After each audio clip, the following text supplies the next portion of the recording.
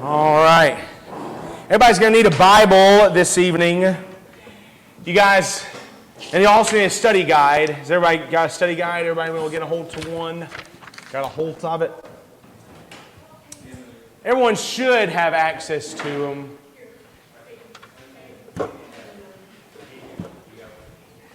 Okay. Whoa, hot mic all of a sudden. Hot mic. All right, so I just came from Awana, and I just told them about St. Patrick. Last week I would have told y'all about St. Patrick, but I do not have the time to take y'all through it this evening. Does anybody, by the way, everybody knows that March 17th, every year March 17th is St. Patrick's Day, right? Do y'all know that? Yep. Every year is St. Patrick's Day. It falls on the same day, March 17th. This year it fell on a Wednesday. It's a perfect time. St. Patrick is a fascinating person in history. In fact, Drew, I think there's a video somewhere that kind of tells the story of St. Patrick. There might be a video somewhere bouncing around that tells you the story of St. Patrick. We'll try to post it again this evening so that you guys can see it. But it's St. Patrick is one of my favorite people in church history. The things that he did and the things that he saw and the things that he was able to accomplish for the Lord. It's a tremendous, amazing story. But I'm not going to get into it tonight, but we will try and post that a little bit later on and get it out there to you so you can see it. It's a fascinating story. You guys will all need Bibles. Okay, so how many of you have ever watched, I know all of you have, I'm sure, but how many of you ever watched Disney movies, like Disney cartoons? Yeah, like everybody has, okay? All right, and what is a Disney cartoon's, main push every single time you see a movie? What are you supposed to follow? Oh, follow your heart, right? Follow your heart. By the way, that's not always, in fact, that's maybe not ever great advice to follow your heart, because the Bible tells us our heart is deceitful and dishonest and wicked. So we don't really want to follow that. But anyway, growing up, we watched so many Disney movies growing up, and I still watch so many Disney movies with my kids. And they're always telling you to follow your heart. They're always telling you to follow the thing that you most desire, to do what you want to do. And another thing that was very prevalent in the 80s and in the 90s, there was a sentiment that was this, that you should look out for number one. Have you guys ever heard that statement? Look out for number one. Anybody ever heard of it? Yeah. If I were to say, like the culture does, look out for number one, who would I be saying is number one? If I'm saying I need to look out for number one, who am I saying I need to look out for? Yourself. Yeah. In the context of what the culture puts out there, I should be looking out for myself. Now, what that does, sentiments like follow your heart or look out for number one, what that does is it creates an environment, it creates a culture in which we start to value ourselves and esteem ourselves very highly. If we are to look out for number one, and if we are number one, then who is it whoever comes before us in that scenario? No one. If we're number one, there cannot be someone greater than us. If we are to follow our heart, then is there room for us to follow the leadership of anyone else? Not really. What that does is it creates a very treacherous environment. Now, why is that treacherous? Why is that environment, why would I say that that is dangerous? Or that kind of sentimentality, that kind of thought process is a place that we don't want to be? Why am I making those statements? Anybody have a guess? Yeah. It means that, well, even if it means that there is no God, but even if there is one, He's not. What were you going to say? Yeah. So it says that there is no God, but even if you say, no, there is a God, then what you're saying there is that, but we're more important than Him. Does that make sense? Now, back in the Bible days, there were kings who raised themselves up. And these kings developed these personalities, and they developed these complexes to where they thought that they really were great, and they really were amazing, and that they really were powerful. And so many times these kings would stand there and they would declare to their servants, I need you, servants, to build statues that look like me. Now, why would a king say, build a statue that looks like me? Because they want you to recognize their greatness. They want you to see their image, and they want you to marvel at them and think they are great. Have you guys ever heard of William Randolph Hearst? Have you guys ever heard of him? Maybe kind of sort of. Maybe the name is familiar, but you might not know who he is. Does anyone, real quick before, does anyone know who William Randolph Hearst is? William Randolph Hearst was the man, he was a war hero in some respects, but he lived in New York in the 20s, and he made the newspaper that was, at the time, the most influential newspaper in the country. It was known as The World. Now, William Randolph Hearst had a God complex. And what I mean by that is he really did think that he was his own God. And he would go up to people and he would say to people all the time, when I created the world, I had this in mind. Now, he didn't create the world, but he did create the world, the newspaper. He had a God complex. He thought he was this great and powerful man. And he was, for the culture, a great and powerful man. So we don't have kings in our country during this time, but we do have people who have these God complexes just like those kings did back then. But what I fear is that far too often in our lives, in our sphere of influence, and in even our group of friends, we honestly do consider ourselves at a plane we don't need to be. Now, last time we were together, which was not last week because there were tornadoes coming and we did not meet, but the week before that, the last time we were together, we talked about the creation of the world. We went through all 6 days of creation. We covered what God did during those days of creation. And we talked about how God is seen as infinitely powerful. He is seen as infinitely good. And not only is He infinitely good, but when He creates things, it was good. And then when He creates people, it's not just good, but He says it was very good. And so because we have this very good idea from the Bible, because we have that there, is it okay for us to say, well then, maybe we should consider ourselves as number one. Maybe we should follow our hearts. The answer to that is no.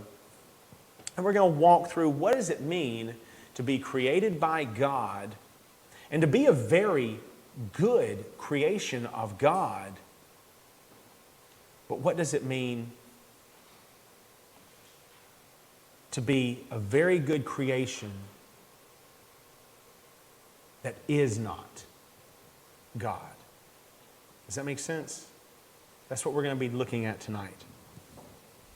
So, when we come to the Old Testament, there was a Hebrew word, and it's going to be the first point, okay? All right, and the Hebrew word, go ahead and bring it up there so they'll see it, is selam. That T is silent. Selam, it is a Hebrew word, and it means idol or image of God. All right? Now, Hebrew word selam is where we get the idea of an idol. It's where we get the idea of an image of God. Now, the reason I bring that up is to draw your minds back. Remember how I said that all of those kings, they would erect and they would build up these images, these statues of themselves. Remember how they would do that? Well, it's because they would actually call themselves a selam.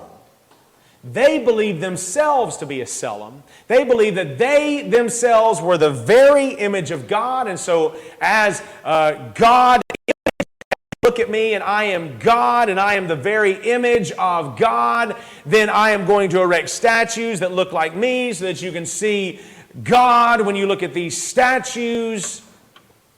And so what they did during that time is they were actually committing a very, very, very heinous and wicked sin.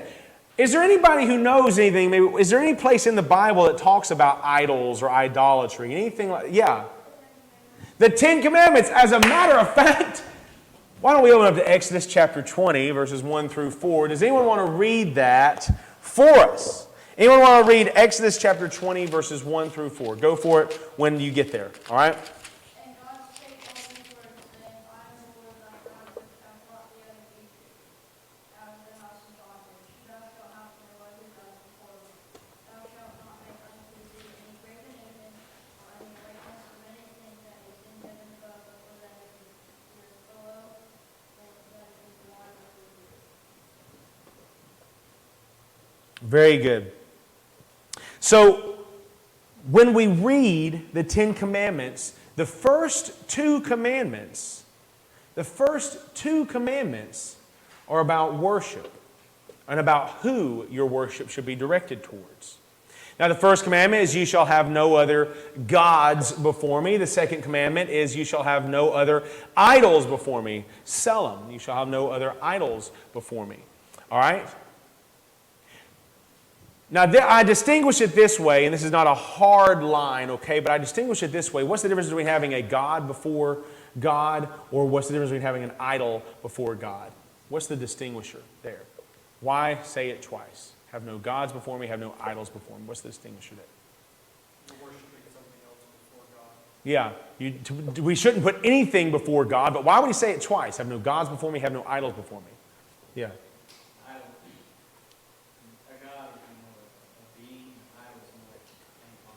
Yeah, a distinguisher that I make is that when we look at these commandments, have no other gods before me, you can consider it like this. A God would be something that's alive that you put ahead of God. So we know that in the ancient Egypt, what did they worship? Cats. All right, you can see it all over the hieroglyphics, all right? That would be a god that they put before God. If you love your family, if you love your children ahead of God, that would be putting a god before him. If you love your president above him, that would be a god, all right? Anything living that you put ahead of God is a god that you should not have. Have no gods before me. I got scared there for a second. I felt like I was in the dark. Thank you for bringing it back up. So what would an idol be then? If a God is something that's alive, what would an idol be? An object, something that's not alive, all right, that you put ahead of God. And you can't be dogmatic. You can't make that a hard line or a hard and fast rule everywhere you see this. But it works, and we can understand that here. Anything that you put ahead of God that's not alive would be an idol. Y'all are at the perfect age right now where cars are right in that little sweet spot of something that you could really love ahead of the Lord that's not alive. Money is a big one that goes ahead of that. There are video games or television or phones. Here's a really good, really good test to know if maybe you struggle with putting an idol ahead of God. Okay, here's a really good test. How many of you have read your Bibles today I don't want to see your hands or anything like that, but just think about it. How many of you read your Bibles today? And how many of you have looked at your phone or an electronic today? All right? How many of you spent far more time looking at your phone than your Bible? It's perhaps a struggle that we deal with in today's time. Idolatry seldom is wrong. Having an image of God that we put above God is always a wrong thing. Now, why would that be a big deal to God? Let's think about that for a second. Why would he say, you shall have no gods before me? You shall not make for yourself a carved image, any likeness of anything that is in heaven above or that is on the earth beneath. You shall not have a Selim. You shall not have an image of God that you put ahead of me. Why would that be a big deal? Why would he make such a huge point about that he brings it up twice? First of all, because he wants you to recognize that he and he alone is to be worshiped, and he alone is to be praised. But when it gets down to the practical aspect of even in our identity, I think it's because of this. And I think it's an interesting point to say that point number 2, God has already made his image bearers. God has already made an image of himself. Now, we've got to be careful in our language a little bit. And we've kind of seen why. Because the kings thought they were images of God and they put themselves ahead of God. And William Randolph Hearst considered himself an image of God and put himself ahead of God. So we have to be a little careful with the language. But God has already made his image bearers. And who are his image bearers? Who are they? We are. People are his image bearers. Genesis 1, 26 through 31, everyone can read along with it on the study guide. It says this, then God said, let us make man in our what? Image. After our likeness. And let them have dominion over the fish of the sea and over the birds of the heavens and over the livestock and over all the earth and over every creeping thing that creeps on the earth. So God created man in his own what? Image. In the what? Image of God he created them. Male and female he created them. And God blessed them. And God said to them, be fruitful and multiply and fill the earth and subdue it and have dominion over the fish of the sea and over the birds of the heavens and over every living thing that moves on the earth. And God said, behold, I have given you every plant yielding seed that is on the face of the earth and every tree with seed in its fruit. You shall have them for food, and to every beast of the earth and to every bird of the heavens and to everything that creeps on the earth, everything that has the breath of life. I have given every green plant for food. And it was so. And God saw everything that he made. And behold, it was very good. And there was evening, and there was morning on the 6th day. God has made his image bearers. But what does that mean to say that we are made in the image of God? Does that mean that we should and we can rightly say, I can put myself as number one. I can put number one first. I can think about number one. I can follow my heart. Does that give us the right? Does that give us the ability to do that and to still follow God? Well, no, it doesn't. What does it mean to be an image bearer? What does it mean to have someone's image? There's a couple of illustrations that might help us get that, okay? If you were to stand in front of a mirror, all right? And if you were to look at the image in that mirror, what are you going to see? Yourself. So, Kaylin, if you look in the mirror, are you going to see Cortland? Yes. Aha! No, I mean, you won't really, will you? All right? Logan, it's the same for you. If you look in the mirror, are you going to see Cortland? No, you won't see Cortland. And if you do, you've got some serious issues. Cortland, who do you see when you look in the mirror? He's just blank, isn't it? It's just weird. It's just there's nothing there. Everyone else is taking your reflection.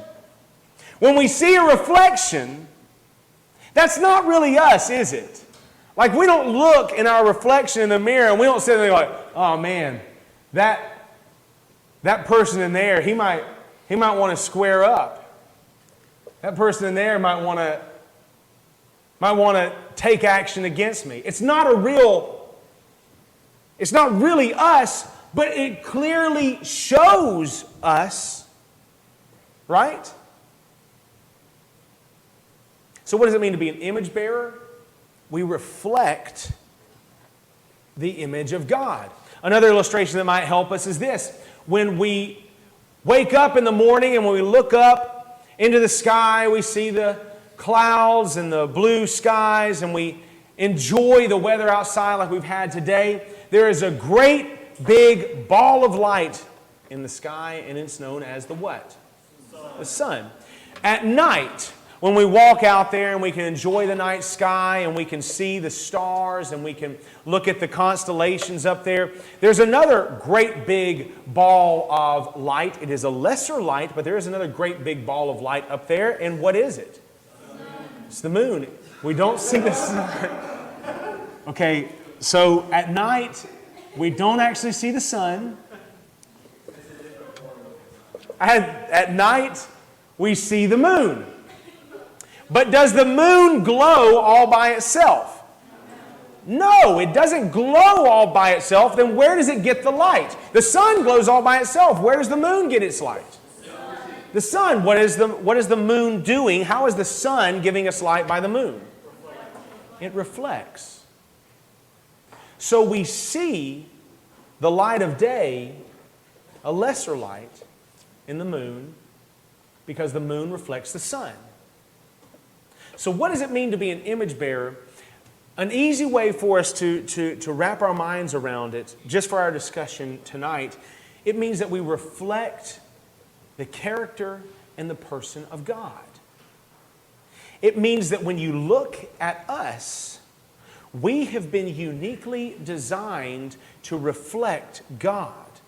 Now, what does it mean to reflect God? Well, God kind of spells it out in Genesis 1:26 through 31. He says that, let us make man in our image, let them have dominion over the fish of the sea and over the birds of the heavens and over the livestock and over all the earth and over every creeping thing that creeps on the earth. So what does it mean that we reflect God? What does it mean that we are the image of God? It means that God has given us, as humans, a very wonderful, a very beautiful responsibility. We have authority over the rest of creation. We can go and we can plant and we can yield fruit. We can go and we can take care of livestock and creatures. We can go and we can name them. Adam named the animals. We can go and we can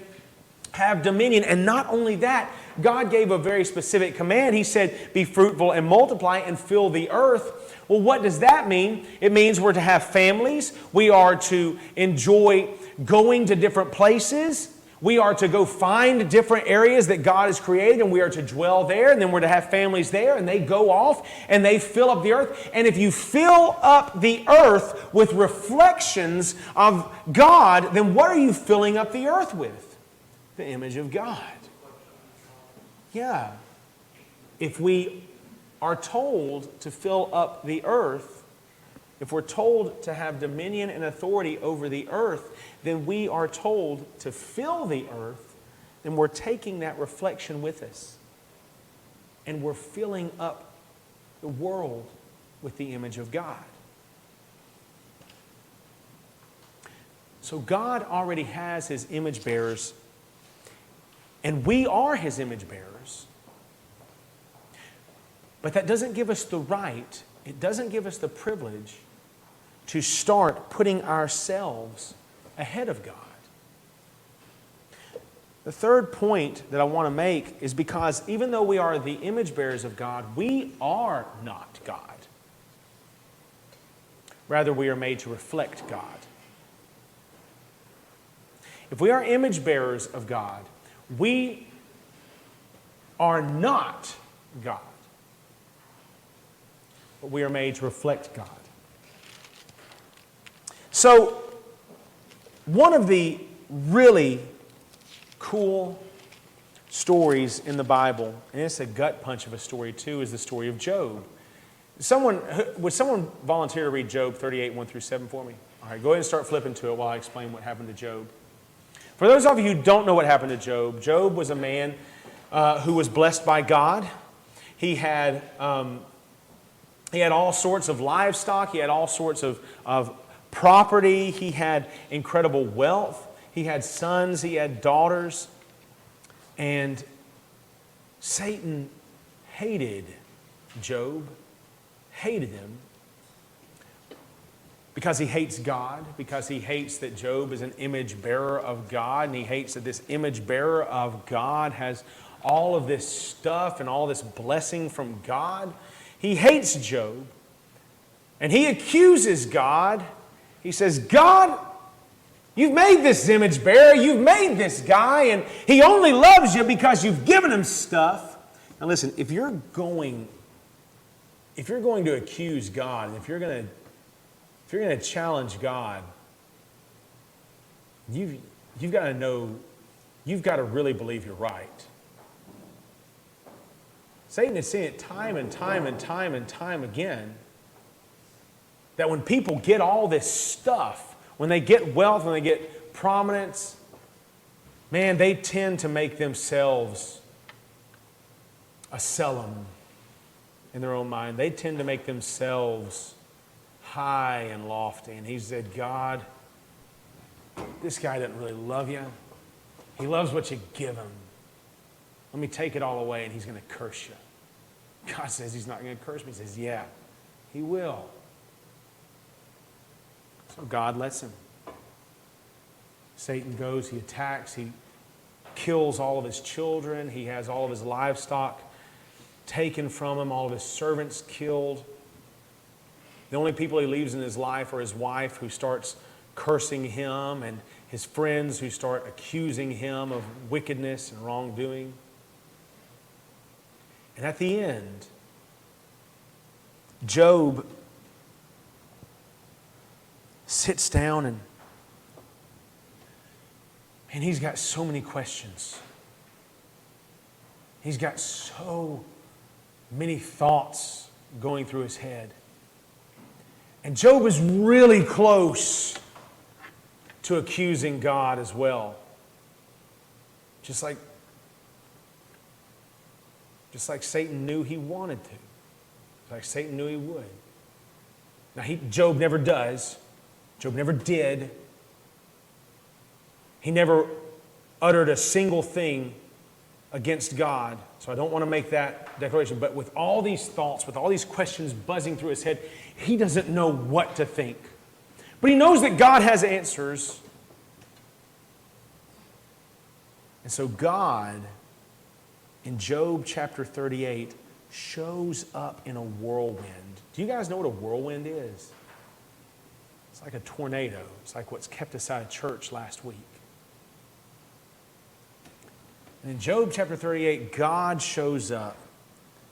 And I just want you to hear how God treats Job. Now, this guy's he's been raked over the coals, okay? And he's at a place where he doesn't know what's going on. And when you read it, Job he doesn't know what's happening. He's frustrated and he's angry and he doesn't get it. His heart's turned from sadness, maybe even to anger, because his friends have been accusing him. His wife has been telling him to curse God and die. And then when he meets God, I want you to hear what God says to him. Go ahead, Job chapter 38, verses 1 through 7. Then the Lord answered Job out of the whirlwind and said, Who is this that darkens counsel by words without knowledge?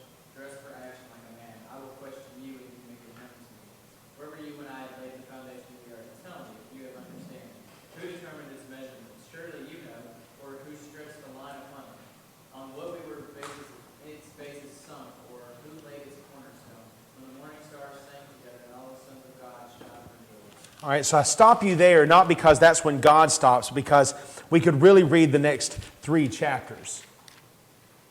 And it's God looking at Job and saying, oh,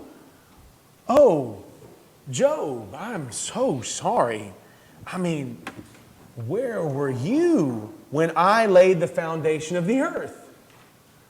Tell me if you have understanding. Who determined its measurements? Surely you know. There's a bit of sarcasm going there. Because you see, the reality is that Job, even though he had been blessed by God, even though he was an image bearer of God, even though he was someone who everywhere he went, he wanted to reflect God rightly, he went through a tough and awful and evil time. And he let his mind go to a place that, man, I thought we were good, God. And I thought that I was in a place that I couldn't be touched like this. And God shows up and God says, you're not me. Where were you when I laid the foundations of the earth? Who stretched the line upon it? On what were its bases sunk, or who laid its cornerstone? When the morning stars sang together and all the sons of God shouted for joy. Where were you when all this happened? You're not God. You reflect God, but you're not God. So why did Job go through all that? Well, because for the rest of all of history, everybody who knows the story of Job can say, what a wonderful, what an amazing, what an incredible God we have. Who gives, who takes away, and who will not leave any of those who are His. Job's life served as a testimony to everybody else who would ever read the book of Job. And so when Job asked, why am I going through this? God said, you're not me. You might not get this. You're probably not going to get this. Job, you don't get this in your life. Understand I am God, and understand I was there at the beginning and I will be there at the end, and understand that I will hold all those who belong to me and I will not let them leave and I will not abandon them. So when we look as image bearers, we're not God. We're not to put ourselves in a position where we can accuse God or where we can think of ourselves more highly than God. That's not our point. No, we're to reflect God. In the midst of difficulty, in the midst of good, in the midst of high times and low times, we're to reflect God. When people look at us, they should see something of the character of God. When they see us, if we call ourselves a Christian, they should see something that testifies to who God is. So why were people made? Why did God make us? Well, lastly, we are made to glorify God and enjoy Him forever. We are made to glorify God and enjoy Him forever. Or if your name is John Piper, we are made to glorify God by enjoying Him forever. Which we don't have time to get into. But we're made to glorify God and enjoy Him forever. What does it mean to glorify God? What does it mean? To make Him famous. To glorify God means we make God famous. Just like a mirror makes our actual self famous because it reflects us, we are to make God famous. Just like the moon makes the sun famous because we see the light of the sun reflecting from the moon, we are to make God famous. We are His image. We are His reflection. We are made to glorify God and enjoy Him forever. Someone read 1 Corinthians 10:31 for me. Who's got it? All right, go for it. So whether you eat or drink, or whether you do Do all to glorify God. Whether you eat or drink. Oh, go ahead. The glory of God. Whether you eat or drink or whatever you do all for the glory of God. How do you eat or drink to the glory of God? How do you sleep for the glory of God? How do you breathe for the glory of God?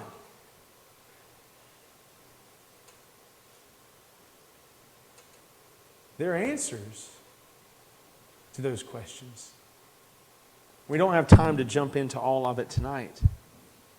There are answers to those questions. And if you are made to glorify God in everything that you do, then you need to be asking yourself that question. How do I glorify God while I'm eating a piece of pizza and practicing my sweet jump shot?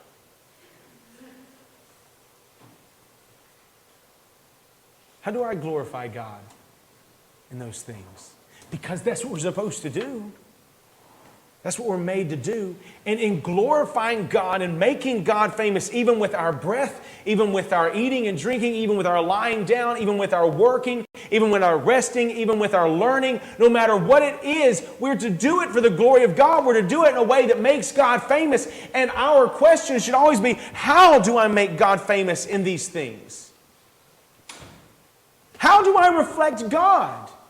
How do I adequately behave as an image bearer of God in all of these things?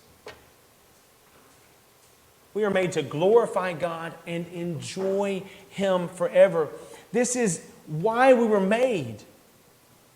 We were made to glorify Him, and so when we do what we're made to do, it brings joy, it brings fulfillment, it brings pleasure to who we are. If we do what we're designed to do, it can only bring enjoyment. So we are made to glorify God and enjoy Him forever because we are image bearers of Him. We're to reflect who He is. So when you go to school after spring break, when you go home tonight with your families, when you eat a meal together, when you do anything, understand you do it as an image bearer of God. And that makes you a big deal because we're the only images of God that God has made. We don't make ourselves an image. God has made us an image. A quick note here that I don't have time to expound is this. The fact that we are all image bearers of God is the only reason that we can look at each other and say, you have value. Right now, everyone's talking about value. Everyone's talking about how this person or this type of person is valued over this type of person, or this type of person's triumphs or this type of person's struggles is greater or of more value than this person, or this person over here has more value in this area than this person over here. And we're trying so hard to talk about the value of people right now, and we identify it by social status, we identify it by race, we identify it by gender, we identify it by all these other markers. But understand, guys, that the only thing that makes it able for me to look at Ava, or to look at Logan, or to look at Pastor Drew, or any of you, the only thing that makes you of value that I can look at and say, yes, you are absolutely 100% of ultimate value, is because you bear the image of God. And because you have a unique task in a unique way that only you as an image bearer can do, only you can reflect the image of God. And those things, that truth, that reality puts us in a position where we can look at all of the world and we can say to people in the world, you are valued, you are wonderful, you are amazing because you're made in the image of God and you're to reflect God. And ultimately, you can only reflect God if God has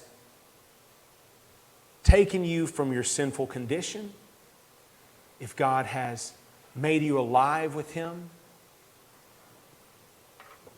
And if God has given you life, to live for Him. And so, as an image bearer of God, let me tell you about the God, the Christ, who you're meant to reflect. Let me tell you about this Jesus, who deserves to be esteemed and greatly valued. So, image bearers, reflections of God, consider when you leave here, how do I glorify God in all things? And how do I look at fellow image bearers who don't know God? And how do I talk with them? How do I talk with image bearers who do know God? And how do we together look to fill the earth with the reflections of who He is and His character? Let me pray for us. Our band is going to come up and play, and we'll be dismissed. Most gracious Heavenly Father, we do love You and we praise You, and I thank You so much for Your word. I thank You for this reality and this truth that we are made in Your image, and I pray, God, that You would use tonight's lesson to help us see us in the light that You see us. You have made us Your image bearers. You've created us for that purpose, to glorify You. And Father, I ask that as we consider that truth and that reality, that it would encourage us to ask questions about, how do I glorify You? And even the small and simple things. And how do I glorify You as I look at other image bearers?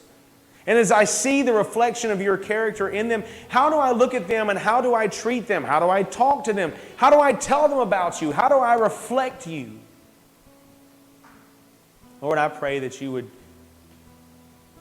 use Your word, that You would use this truth